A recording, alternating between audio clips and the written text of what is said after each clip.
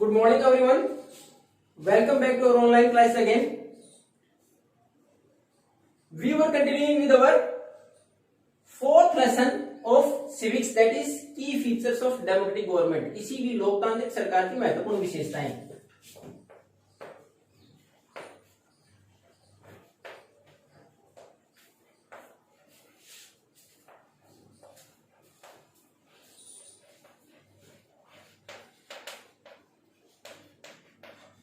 और उसमें हमने पहला जो पढ़ा था वो क्या था? पार्टिसिपेशन, पब्लिक पार्टिसिपेशन की पार्टिसिपेशन, लोग ज्यादा से ज्यादा भागीदारी करें. सबसे पहली जरूरत किसी भी लोकतंत्र की क्या है कि लोग डिसीजन मेकिंग में पार्टिसिपेट करें, कि जो डिसीजन लिए जाते हैं उसमें लोगों की महत्वपूर्ण भूमिका है. वो हमने पढ़ा था किस प्रकार होती है. सबसे महत्वपूर्ण तरीका तो है चुनाव, इलेक्शन. इलेक्शन के दौरान हम क्या करते हैं? We are going to elect our representatives who are going to rule us. और डेमोक्रेसी क्या है? डेमोक्रेसी का मतलब क्या था?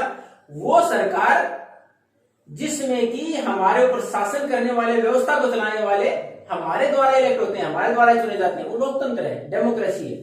जैसे हम अगर एग्जाम्पल की बात करें, नरेंद्र मोदी जी को हमने 2014 में भी चुना, लोगों ने वोट डाल के. उसके बाद 2019 में रिपीट किया क्योंकि लोगों को लगा ही इज वर्किंग वेल, वो अच्छा काम कर रहे हैं. फिर आप राजस्थान की बात करें, 2018 में आपके यहाँ चुनाव हुए, हमने सरकार बदल दी.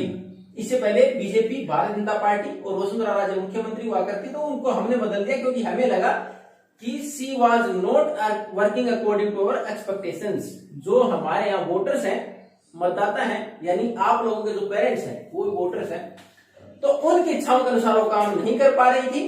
जो एक्सपेक्टेशंस थी, जो लोगों ने उम्मीदें लगा रखी थी, उनसे वो नहीं कर पाई. इट वॉज चेंज, उनको बदल दिया गया, सरकार को बदल दिया गया. तो डेमोक्रेसी क्या है कि लोगों की भागीदारी, तो लोगों की इच्छा के अनुसार चलती है.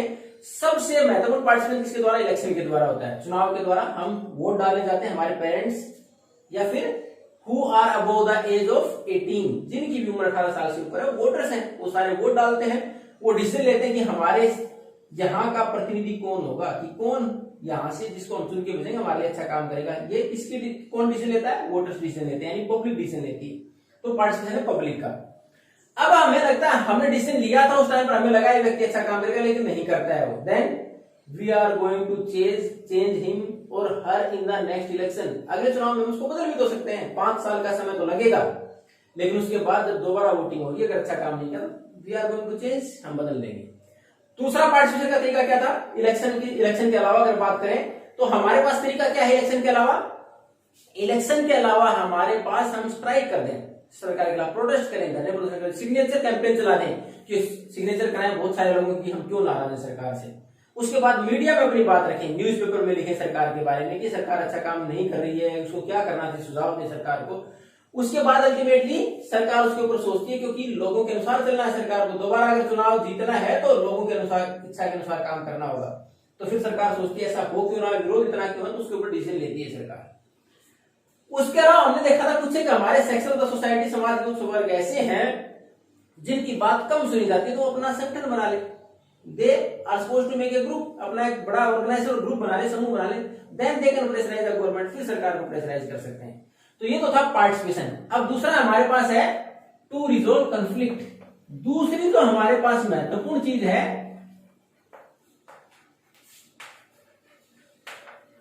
अब कंफ्लिक्ट क्या होती है बेटा? विवाद.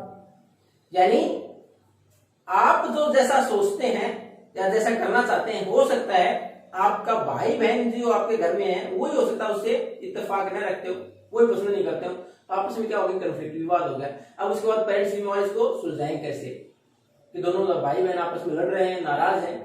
तो अब पेरेंट्स की जिम्मेवारी है कि हाउ टू रिजोल्व इट, कि दोनों को शांत करना, दोनों को खुश भी रखना है घर में. तो क्या करें? पहला तरीका दिया था, जो गलत है उसको डांटे भी कि हाँ आप गलत करते, आपको ऐसा नहीं करना चाहिए, सही तरीके से बताएं. दूसरा, अगर हमें ऐसा लगता है कि आप कोई चीज मार्केट से लेने जा रहे हैं, दोनों की डिमांड अलग अलग है, अगर हम फुलफिल कर सकते हैं तो दोनों की डिमांड पूरी करने का प्रयास करें, दोनों शांत रहे, यहाँ दोनों की मांग पूरी, दोनों खुश हैं.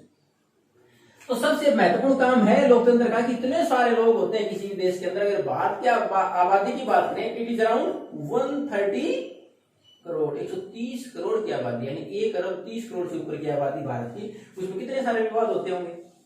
फिर दूसरा, हमने डाइवर्सिटी पढ़ा था भारत में, डाइवर्सिटी विविधता है. तो हमने देखा हमारे यहाँ कितने सारे धर्म है, religion, region, caste, culture, dance forms, languages, कितनी सारी डाइवर्सिटीज हैं, तो कितने सारे विवाद हो सकते हैं भारत में। तो हमारी सरकार तो डेमोक्रेसी है, भारत में तो लोकतंत्र है, तो हमारी गवर्नमेंट की क्या जिम्मेवारी है, इस तरह के विवाद या तो उत्पन्न ही ना हो, they are not supposed to be raise, कि हमारे आए नहीं, अगर आते हैं the government should resolve those conflicts, विवादों को सुलझाए, रिजोल्व टू सोल्व, उनको उनका समाधान करे। तो सबसे महत्वपूर्ण काम है। इसमें आपने एक एग्जांपल शुरुआत तो लेसन की था, आपने पढ़ा था माया का एग्जांपल, उसने बताया था कि Hector he was so dead, उसको गोली मार दी गई साउथ अफ्रीकन गवर्नमेंट के द्वारा। लेकिन क्या जरूरी थी, क्या जरूरी था ऐसा कि उसको गोली मार दी जाए? बचाया तो जा सकता था, उससे उस बच्चे की जान भी तो बच सकती थी। विवाद क्या था, साउथ अफ्रीकन जो व्हाइट गवर्नमेंट, जो गोरे लोग, जो सरकार चला, जिन्होंने एक अफ्रीकन लैंग्वेज इंपोज कर दी, अफ्रीकन भाषा जबरदस्ती ला दी कि बच्चों को ये पढ़नी है। और वो बच्चे किसका विरोध कर रहे थे कि हमारी जो नेटिव लैंग्वेज जो जुल्लू है, यानी हमारी जो भाषा है वो जुल्लू है, तो हम तो उसमें पढ़ना चाहते हैं। और गवर्नमेंट ने फोर्सिबली उनके ऊपर इंडिस्क्रिमिनेट फायरिंग आदेश दे दिए, सरकार ने गोली चलाने की, उसमें बच्चा भी मारा गया। अगर सरकार चाहती दोनों ग्रुप से बात करती और उसके बाद उनको समझाती कि हमारे अफ्रीकन लैंग्वेज क्यों इंपोज की गई है, इससे हमारे गवर्नमेंट फैसिलिटीज में कैसे बेनिफिट मिलेगा और वो सही क्यों है आप लोगों के लिए, पहला तो सुलझाने का प्रयास करती। अगर उसके बाद दूसरा ये जो कर सकती, दोनों ऑप्शन दे देती कि आप जिसमें पढ़े, अपॉर्चुनिटीज आपके सामने रहेंगी, आगे उसके अनुसार करें। अगर भारत का एग्जाम्पल लें, we have 22 scheduled language in our constitution, हमारे संविधान में 22 मान्यता प्राप्त भाषाएं, अनुसूचित भाषाएं जिसको बोलते हैं, हमारे पास शेड्यूल्ड लैंग्वेज है जिनकी सूची बना रखी कि ये 22 भाषाएं मान्यता प्राप्त हैं। अब हमारे विवाद होते हैं, साउथ इंडिया में हिंदी कम बोली जाती है, पसंद भी कम की जाती है, तो वहां भी विवाद होते हैं कि हिंदी को हमारे ऊपर फोर्स नहीं किया जाए। तो क्या हमारी गवर्नमेंट ने उनको गोली मारने के आदेश दे दिए? ऐसा नहीं हुआ, भारत में इस विवाद को सुलझाया गया, रिजोल्व किया गया। किस प्रकार? हमने ऑफिशियल लैंग्वेज 2 डिक्लेयर कर दी कि हिंदी भी होगी और इंग्लिश भी होगी, दोनों में काम हो सकता है। फिर भी हमें लगा कि हो सकता है इंग्लिश के साथ कंफर्टेबल ना हो लोग, जो हिंदी के साथ भी नहीं है, तो हमने एक छूट और दे दी, every state can work in their own official language. हर राज्य जिसकी की मान्यता प्राप्त भाषा है, जैसे पंजाब में पंजाबी, कर्नाटका में कन्नड़, महाराष्ट्र में मराठी, तो उसमें जिस भी स्टेट की जो भी भाषा उसके अंदर वो अपना चाहे तो राज्य की जो भी कार्यवाही है, जो भी काम होते हैं उस भाषा में कर सकती है वो सरकार। तो हमने क्या किया कि ऐसा बड़ा विवाद ना हो, लोग आपस में लड़े नहीं और हेक्टर जैसी नौबत ना आए कि सरकार को ऐसे आदेश देने पड़े, गोली मारते। तो हमने उसको रिजोल्व करने का प्रयास किया, उसको सुलझाने का प्रयास किया, हमने किया, ऐसा सुलझाया भी, हमारे ऐसे विवाद नहीं मिलते अब। तो इसी प्रकार डेमोक्रेसी में किसी सरकार की दूसरी महत्वपूर्ण जिम्मेदारी पार्टिसिपेशन के बाद, पहले तो हम भागीदारी करें, दूसरा क्या है कि लोकतंत्र में विवादों को सुलझाया जाए। विवाद कई प्रकार से हो सकते हैं।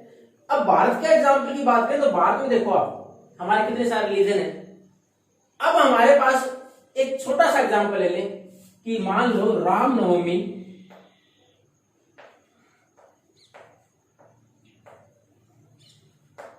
और ईद दोनों एक ही दिन आ जाए, अगर ये 2 त्योहार एक ही दिन आ जाए, अब ये हमारा महत्वपूर्ण फेस्टिवल है, हिंदुओं का, ये मुस्लिमों का। अब दोनों का प्रोसेशन क्या होता है? जुलूस निकालना। हम नहीं करते कि बारात से निकालते हैं, अगर शिवरात्रि के बाद शिव की बारात निकालते हैं, तो इस प्रकार हम दोनों ही प्रोसेशन निकालना चाहते हो, जुलूस निकालना चाहते हो, दोनों ही समूह में बाहर जाना चाहते हो अपने त्योहार को मनाने के लिए। अब दोनों आपस में कहीं ना कहीं लड़ भी तो सकते हैं, कहीं ना कहीं विवाद भी तो हो सकते हैं। हो सकता है कुछ लोग ऐसे हो जो एक धर्म को पसंद नहीं करते हो, ये इनको पसंद नहीं करते हो, इसको मनाने वाले इसको पसंद नहीं करते हो, तो विवाद हो सकता है। उसमें हमारी पुलिस की जिम्मेवारी है, वो दोनों के जो भी रिप्रेजेंटेटिव उनको बुलाए, समझाए कि आप या तो समय अलग अलग रखें, अगर एक साथ रखें तो कानून व्यवस्था वो बनाए रखते हैं, फिर दोनों को मना कर दिया जा सकता है। तो हमारी पुलिस की जिम्मेवारी, सरकार प्रयास करती है इस तरह के विवाद न हो। ऐसा नहीं होता कि हम, अगर हमारे पास गवर्नमेंट में जो मेजोरिटी है वो बोले कि नहीं, दूसरे को तो हम अगर मनाएंगे तो गोली मार देंगे, ऐसा नहीं होता। बाद में हम क्या करते हैं, उसको सोल्व करने का प्रयास करते हैं, और ऐसा ही होता है। हमारे विवाद ऐसे बहुत कम देखने को मिलते हैं, क्योंकि गवर्नमेंट प्रयास करती है कि इस तरह के विवाद न हो, फोर्स भी नहीं करती, मेजोरिटी के अनुसार फोर्स नहीं करती कि जो ऊपर बैठे हैं, जो जिस धर्म से है वो फोर्स करें जबरदस्ती, ऐसा नहीं होता। दूसरा, आपने हमारे भारत में अगर विवाद की बात करें तो हमारे देखो रिवर वाटर की बात करें, नदियों का जो पानी है। अब देखो नदी ऐसा तो है नहीं कि उसको ये पता है स्टेट की बाउंड्री यहां तक है तो वहां से वहां तक ही भाई, यानी किसी नदी का ऐसा तो है नहीं कि वो तो केवल हरियाणा की नदी है या वो पंजाब की है, वो राजस्थान की है, मध्य प्रदेश की, कि वो नदी वहीं तक रहेगी, उससे बाहर नहीं जाएगी, उसको पता है बाउंड्री यहीं तक है, ऐसा तो होता नहीं। रिवर तो डिफरेंट कंट्रीज तक भी है। अगर इंडस की बात करें तो हम देखो पाकिस्तान, फिर उसके बाद भारत में, भारत तक आती है, हमारे तो बहुत सारी नदियां ऐसी। तो उस केस में क्या है, पानी की शेयरिंग की, कौन कितना पानी इस्तेमाल करेगा, इस पर विवाद होता है। With in the country also, देश के अंदर भी होता है। भारत का एग्जांपल है तो कावेरी जो नदी है हमारी, आपकी बुक में इसकी स्पेलिंग अलग दे रखी है लेकिन एक्चुअल में यही है। कावेरी नदी का पानी के ऊपर विवाद होता है, कहां की है, साउथ इंडिया की है, और विवाद किसी बीच में होता है, कर्नाटक और तमिलनाडु के बीच में। अब इसमें जो डैम बना रखे हैं, उन डैम में कर्नाटक की तरफ से इसका फ्लो है, यानी कर्नाटक की तरफ से तमिलनाडु की तरफ जाती है नदी, तो कर्नाटक अगर उसका ज्यादा पानी शेयर करे और या उसको रोक दे डैम बना के, तो तमिलनाडु तक पानी नहीं जाएगा। तो पानी दोनों को बराबर चाहिए, रिवर का कोर्स तो वहां तक है। तो इस प्रकार के हमारे विवाद तमिलनाडु और कर्नाटक के बीच में बार बार हुए भी हैं। उसके बाद उनको सोल्व भी किया गया सेंट्रल गवर्नमेंट के द्वारा, यानी अवर government interfere in such matters, हमारी सरकार इस तरह के मैटर्स में इंटरफेयर करती है, दोनों को समझाती है किस प्रकार इस पानी की शेयरिंग हो, क्योंकि ultimately we are citizen of a single country, कि ये तो राज्य हैं, हम तो पूरे देश के एक नागरिक, सबके लिए जरूरी है पानी। तो इस प्रकार के विवादों को सुलझाने का प्रयास किया गया है, इसको बड़ा नहीं होने देते कि हमारे विवाद ऐसे बढ़े जिसकी वजह से टकराव हो और अल्टीमेटली वायलेंस, हिंसा हो और लोग मरे, ऐसा हमारे यहाँ डेमोक्रेसी में नहीं होता। तो डेमोक्रेसी का महत्वपूर्ण काम ही क्या है, रिजोल्व कॉन्फ्लिक्ट्स। पहला था की फीचर्स में पार्टिसिपेशन, कि लोग ज्यादा से ज्यादा भागीदारी करें, ज्यादा से ज्यादा भाग लें। पहला तरीका इलेक्शन है, अगर इलेक्शन के दौरान नहीं है तो उसके बाद लोग, अगर सरकार गलत करती है, क्रिटिसाइज, आलोचना करें, उसके बाद उसके खिलाफ प्रोटेस्ट, विरोध प्रदर्शन करें, स्ट्राइक करें, उसके बाद सिग्नेचर कैंपेन चला सकते हैं, मीडिया में लिख सकते हैं, मीडिया के अंदर अगर हमारी इलेक्ट्रॉनिक मीडिया की बात करें तो वहां अपनी बात रख सकते हैं, अपने ऑर्गेनाइजेशन बना के सरकार पर दबाव डाल सकते हैं। दूसरा हमारे पास रिजोल्व कॉन्फ्लिक्ट, लोकतंत्र में दूसरा काम क्या है, अगर कोई विवाद किसी भी आधार पर होता है तो सरकार उसको सुलझाए। ये हमने पढ़ा भारत के कई एग्जाम्पल, भाषा के नाम पर, उसके बाद आपने देखा रिलीजन के नाम पर, उसके बाद रिवर वाटर के नाम पर गवर्नमेंट ने हर एक को रिजोल्व किया भी है। रिमेनिंग लेसन के लिए हम तीसरा एक टॉपिक की और बचा, उसमें we are going to proceed in the next class. If you have no doubt then you can ask, till that time thank you and have a nice day.